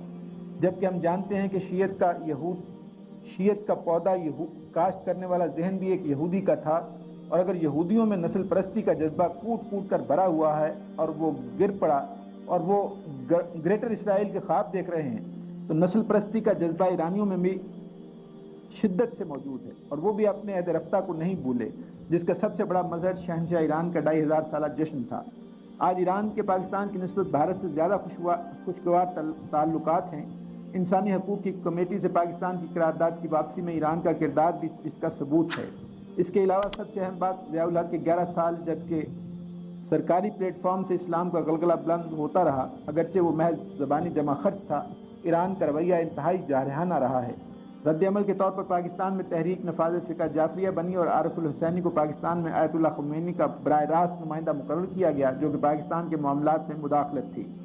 اگرچہ حوالہ جات اور بھی دیے جا سکتے ہیں، لیکن طوالت سے بچنے کے لیے آپ سے سوال یہ پوچھنا چاہتا ہوں کہ ہم ایران سے کسی خیر کی توقع رکھ سکتے ہیں، جبکہ تاریخی حوالوں سے ثابت ہے کہ ایران نے ہمیشہ عالم اسلام کی پیٹھ میں خنجر پیوست کیا ہے. اور میں پورے یقین سے کہہ سکتا ہوں کہ اگر کبھی پاکستان میں حقیقی اسلام کے قیام کا مرحلہ آیا تو ہمیں سب سے زیادہ مخالفت کا سامنا ایران اور پاکستانی شیعوں کی طرف سے ہوگا، جبکہ ہمارا الیکٹرانک میڈیا کلی طور پر شیعت کے کنٹرول میں ہے. لمبا چوڑا مقالہ ہے. مجھے ایک تو اس کو سنتے ہوئے یاد آ رہے تھے، غالباً اب وہ ان کا انتقال ہو گیا ہے، رد شیعت میں جو حضرات یہاں لاہور، صابر صاحب، یہ جو یہاں کے تھے اچھلے کے، ہاں، وہ ایک مرتبہ جب کہ ابھی ہمارا انجمن کا دفتر تھا 12 افغانی روڈ میں، وہاں وہ آئے اور انہوں نے یہ ساری جو بھی انہوں نے ابھی مثالیں بیان کی ہیں وہ ساری بیان کی ہیں کہ یہ شیعہ ہر جگہ شیعہ. اچھا، تھے وہ کٹر مسلم لیگی. میں مسکراتا رہا ان کی بات سن کے. پھر میں نے پوچھا بابائے قوم کے بارے میں کیا خیال ہے اور دادائے قوم کے بارے میں کیا خیال ہے؟ اب وہ چپ ہو گئے بالکل. بابائے قوم قائد اعظم، دادائے قوم سر آغا خان. تو اب وہ مسلم لیگیت اپنی جگہ پر تھی، وہاں تو اب انہیں خاموش رہنا پڑا. بہرحال صورتحال اصل میں یہ ہے کہ جہاں تک شیعیت ایک فلسفے کی حیثیت سے اس کا تعلق ہے، یہ یقین ہے کہ یہودی سازش کا ظہور تھا. لیکن آج جیسے کچھ مسلمان، ہم اکثر و بیشتر ہیں سنی مسلمان، کیسے مسلمان ہیں، ایسے ہی غافل مسلمان شیعہ عوام لے دے کر وہ ہے کہ ایک جذباتی سا مسئلہ ہے، حادثہ جو ہے کربلا کا، اس کے حوالے سے ایک جذباتی ہم آہنگی ان کے اندر ہے. اس کے سوا اسلام سے تعلق جو سنیوں کو ہے اسی درجے کا تعلق ان کا ہے. اس حوالے سے اس کانٹیکسٹ کی جو تبدیلی ہے اس کے اعتبار سے غور کرنا چاہیے کہ صورتحال کیا ہے. ظاہر بات ہے کہ ابھی بلکہ مجھے ایک صاحب نے بتایا جمعے کے روز، وہ 2-3 دفعہ مجھ سے وقت مانگ چکے ہیں کہ وہ 50 برس رہ کر آئے ایران. ان کا کہنا یہ ہے کہ پاکستان سے ایک وفد گیا تھا سنیوں کا، ان کا شیعہ علماء کا، اور انہوں نے جا کر خمینی صاحب سے ملاقات کر کے یہاں اپنے طرز عمل کے بارے میں سوال کیا، تو انہوں نے یہ کہا کہ تمہیں اپنی علیحدہ مسجدیں بھی نہیں بنانی چاہیے، تمہیں سنیوں کے پیچھے نماز پڑھنی چاہیے۔ یہ تو میں اب چونکہ ہمارے وہ نمازیوں میں سے ہے، نئے وہ بزرگ آدمی ہیں کہ میں 50 برس رہ کر آیا ہوں اور ان تمام حالات کا میں براہ راست مطالعہ کر کے آیا ہوں، تو میں آپ سے بات کرنا چاہتا ہوں۔ ابھی عصر کے بعد بھی مجھ سے بات کر رہے تھے، اور کل میں نے انہیں کہا کہ آپ مجھے عصر میں ملیے تو وقت طے کریں۔ پر اس صورتحال کو اس وقت دیکھیے کہ ایک گریٹر کانٹیکسٹ میں اس وقت صورت یہ ہے کہ ایران ٹارگٹ ہے امریکہ کا، واحد ملک ہے کہ جو فنڈامنٹلسٹ مسلمان کی حیثیت سے ریاست کی سطح پر، ظاہر بات ہے کہ قذافی صاحب جو ان کی جو کوئی تعلق ان کا اسلام سے سرے سے نہیں ہے، وہ تو میں جا کر چند دن وہاں رہ کر بھی دیکھ آیا۔ سوڈان میں ہو رہا ہے معاملہ، اللہ کرے کہ اچھا ہو جائے، لیکن وہ بھی ایک فوجی انقلاب کے نتیجے میں۔ لیکن یہ کہ اگر کوئی مذہبی حکومت کا معاملہ ہوا تو وہ صرف ایران کا ہے۔ پھر یہ کہ ایران کے پاس دولت ہے، اس کے پاس جو ہے وہ تیل کا جو سب سے بڑا اس وقت کی سورس ہے جو ہمارے پاس نہیں ہے، تو ایک طرح کا تعاون باہمی اگر ہو جائے، اور جس میں اتنی بڑی شرط میں نے رکھی ہے، یہاں کی ایرانین کونسل جو ہے ان کی طرف سے بھی پھر ملاقات وہ چاہتے ہیں، تو غالباً کل کا وقت معین ہے، وہ آ رہے ہیں کہ میرے ان بیانات کی وجہ سے تو اب اندازہ ہوگا، اس لیے میں نے ان سے ملاقات سے پہلے ہی اپنا وہ بیان اچھی طرح رجسٹر کرا دیا ہے کہ اخبارات میں بھی آ گیا، کم سے کم نوائے وقت میں تو پوری طرح آ گیا تھا، ہماری مطبوعات میں آ گیا ہے کہ جب تک اہل تشیع پاکستان میں وہ حیثیت قبول کرنے کو تیار نہ ہو جو ایران میں انہوں نے اہل سنت کو دی ہے، اس وقت تک یہ بات آگے نہیں بڑھ سکتی۔ تو وہ جو بڑی شرط ہے اس کو بھی تو سمجھیے، اس کو یہاں کے شیعوں کے لیے قبول کرنا تقریباً ان کی موت ہے، وہ اس کو تسلیم کرنے کو تیار نہیں ہے۔ جس طرح سنیت کوئی ایک شے نہیں ہے، شیعت بھی کوئی ایک شے نہیں ہے۔ شیعوں میں بھی خمینی صاحب کے نہ معلوم کتنے مخالفین موجود تھے جن کو سپرسیڈ کر کے جو ہے وہ آگے بڑھے ہیں، اور وہ تو حرکت کرنے کو تیار ہی نہیں تھے کہ جب تک امام غائب جو ہے وہ حاضر نہیں ہو جاتا اس وقت تک ہم کوئی کام ہی نہیں کریں گے۔ تو جو ان کے پرانے تصورات ہیں ان میں سے بعض میں تبدیلی پیدا کر کے خمینی نے حرکت پیدا کی ہے۔ تو اب ہمیں ذرا اچھی طریقے سے بات کو اس حوالے سے سمجھنا چاہیے۔ اصل بات جو میں نے کہا تھا کہ پہلی بات تو یہ ہے کہ ہم خود یہاں پر وہ اسلامی انقلاب لا سکیں، اگر یہ نہیں تو یہ ساری تجویزیں بیکار ہیں، اس کا کچھ حاصل ہی نہیں۔ وہ ہے گویا کہ جس کو میں نے کہا تھا اولین اہم ترین، جس کے اوپر دار و مدار ہے باقی سب کا، اگر ہم یہاں یہ کر سکیں تو پھر گھبرانے کی بات کیا ہے؟ پھر کسی ملک کے ساتھ بھی اگر ہمارے کوئی ریلیشن شپ ہوگی، کوئی ان کے ساتھ تعاون ہوگا، کوئی باہمی اگر ایک دوسرے کی مدد کا معاملہ ہوگا، تو ظاہر بات ہے کہ شرائط کے ساتھ ہوگا، بائی لیٹرل بنیادوں پر ہوگا۔ تو ان تمام چیزوں کو سامنے رکھیے، تو باقی پھر تفصیل سے انشاءاللہ کسی اور موقع پر گفتگو کریں گے۔ حدیث نبویہ کی بنیاد پر حال ہی میں آپ کی طرف سے مسلسل تقاریر ہو رہی ہیں، ان کا سبب یا سیاسی اغراض و مقاصد جو آپ کے پیش نظر ہیں برائے کرم انہیں واضح کریں۔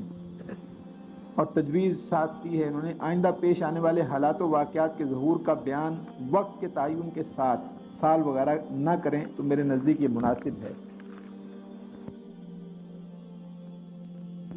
کبھی نہیں کیا، ہمیشہ وہ آیات میں سناتا رہا ہوں، وَإِنْ أَدْرِي أَقَرِيبٌ أَمْ بَعِيدٌ مَا تُوعَدُونَ، البتہ ایک اندازہ سا ہوتا ہے، اس اندازے سے زیادہ کا مسئلہ تو کبھی نہیں ہے، اور کوئی شخص کہہ ہی نہیں سکتا، جبکہ ہمیشہ حوالہ اس آیت کا بھی، پھر اس کے بعد وَإِنْ أَدْرِي لَعَلَّهُ فِتْنَةٌ لَكُمْ وَمَتَاعٌ إِلَىٰ حِينٍ، اس کا بھی حوالہ، پھر سورہ جن کی آیت کا بھی حوالہ، تو ہمیشہ آیا وقت کا تعین نہیں، اور قریب اور بعید کا فیصلہ آپ نہیں کر سکتے۔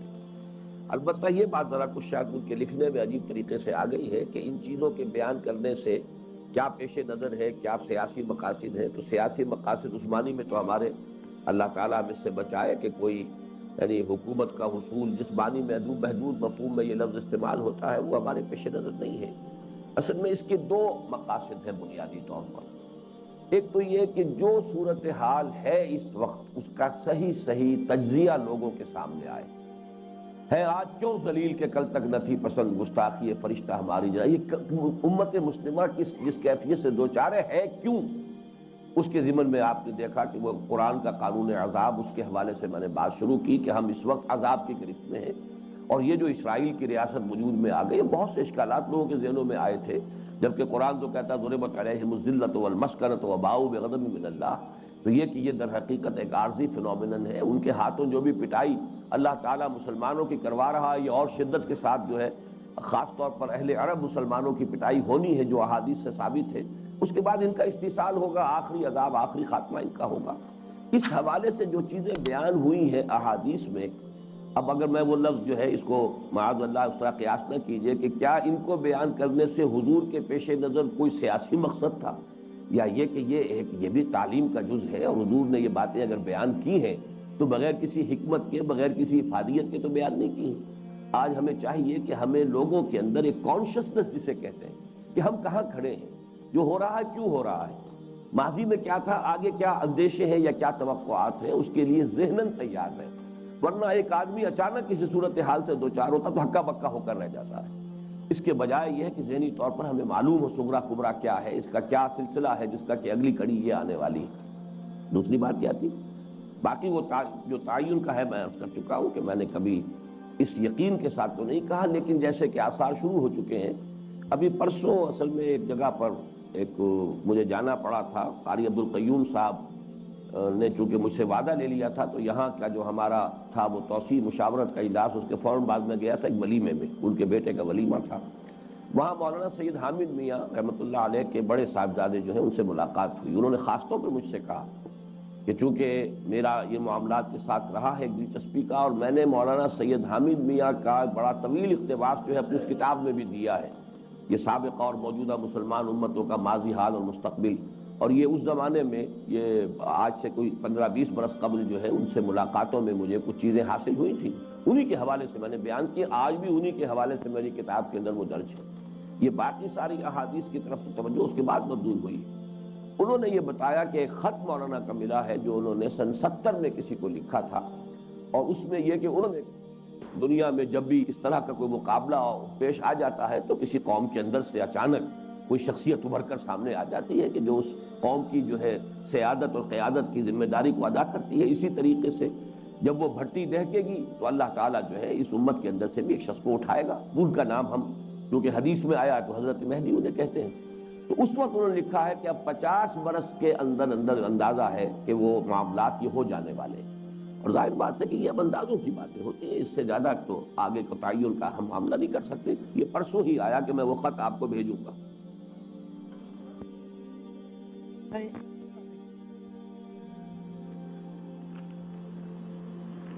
یہ ہمارے سیالکوٹ کے رفیق ہیں اسد اعجاز، انہوں نے سوال تو نہیں ہے لیکن کچھ تجویز کی شکل میں عبارت ہے، وہ پڑھ دیتا ہوں تیزی سے. آپ نے حالات کا جائزہ تو خوب لیا، اور دنیا کے اندر جو توڑ پھوڑ ہو رہی ہے، خصوصاً مسلم امہ کی زبوں حالی کا جو حال ہے، آپ نے تجزیہ کے ساتھ ساتھ حل بھی پیش کیا ہے. یہودیوں کا پوپ پال سے اپنے گناہ بخشوا کر عیسائی دنیا کو اپنے شکنجے میں لینے کا ذکر ہو، یا امریکہ کے ذریعے سیاچین، گلگت اور کشمیر میں قدم جمانے کی خواہش کا اعتراف، اور اس کے ساتھ ساتھ عرب دنیا میں پنجے گاڑنے سے لے کر تمام دنیا کی مسلمان حکومتوں میں امریکی ایجنٹوں کی موجودگی، ان سارے حقائق سے کوئی بھی انکار نہیں کر سکتا. لیکن میرا اشکال آپ کی اسیسمنٹ سے ہے، خصوصاً انڈیا کے لحاظ سے، کیونکہ یہ عملاً ممکن نظر نہیں آتا. وجہ انڈیا اور پاکستان میں 3 وجہ ہیں. نمبر 1، انڈیا اور پاکستان میں جو تاریخی دشمنی چلی آ رہی ہے وہ کم ہونے کی وجہ سے زیادہ ہی ہوئی ہے، کم ہونے کی بجائے زیادہ ہوئی ہے، خصوصاً کشمیر اور بابری مسجد. نمبر 2، یہودیوں اور ہندوؤں کا پاکستان مشترکہ دشمن ہے اور آپس میں دوست. نمبر 3، حال ہی میں انڈیا کی وزارت خارجہ کے ایک ذمہ دار نے ایک کتاب میں اس ساری کھیل اور پلاننگ کا ذکر کیا ہے جو راجیو گاندھی نے پاکستان کے ساتھ چین اور ایران کے تعلقات خراب کرنے کے لیے کیا ہے. امریکہ سے یقیناً تمام امیدیں ختم کر لینی چاہیے اور انڈیا کے ساتھ مقابلہ کی یقیناً تیاری کرنی چاہیے. بہت ممکن ہے انڈیا مسلم دشمنی میں کشمیر امریکہ کے حوالے کر کے لامحدود مفاد حاصل کر لے، کیونکہ دونوں کا مشترک ہدف اسلام ہے. چین، جاپان، کوریا اور ایران سب امریکہ کے زخم خوردہ ہیں. ان ممالک اور سرحدوں سے متصل ممالک کو مرکز بنانے سے طاقت کا توازن بہتر بنایا جا سکتا ہے.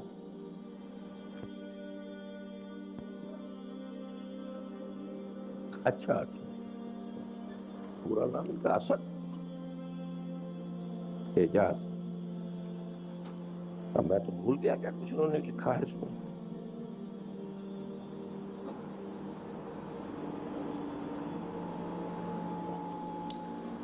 انڈیا کے معاملے میں اصل میں ہماری ایک خاص جو نفسیات بن چکی ہے، اس میں 1000 سال کا دخل ہے، اور یہ یک طرفہ نہیں ہے، یعنی ہندو مسلم باہمی منافرت، یہ ابھی جو میرے حال میں 2 قسطیں آئی ہیں اس موضوع پر، تو ظاہر بات ہے کہ اس ایشو پر تو یقیناً بڑا مشکل ہے کہ اس کو سوالو کیا جا سکے، اور وقت لگے گا ان باتوں کے سمجھنے میں۔ بہرحال جہاں تک مغرب کا معاملہ ہے، آپ پورا اتفاق کر رہے ہیں۔ مغرب سے اگر کوئی بچاؤ کے لیے، ایک تو یہ کہ جو بھی ان مسلمانوں کا جو بھی اس وقت کا علاقہ ہے، اس کے مابین کوئی تعاون پیدا ہو جائے، اس میں بھی اختلاف نہیں۔ بعض حضرات کو ایران کی شیعت کی وجہ سے اس میں اشکال ہے۔ تیسری بات جو میں نے کہی کہ مشرق میں جو اور ممالک ہیں کہ جو ابھی امریکہ کے لیے اور نیو ورلڈ آرڈر کے لیے بھی ہارڈ نٹس بنے ہوئے ہیں، ان کی طرف ہمارا رجحان ہونا چاہیے، اس میں بھی اختلاف نہیں ہے۔ تو بھارت کا مسئلہ ہے، اس کے بارے میں پھر انشاءاللہ بات رہے گی، سوچ لیں گے۔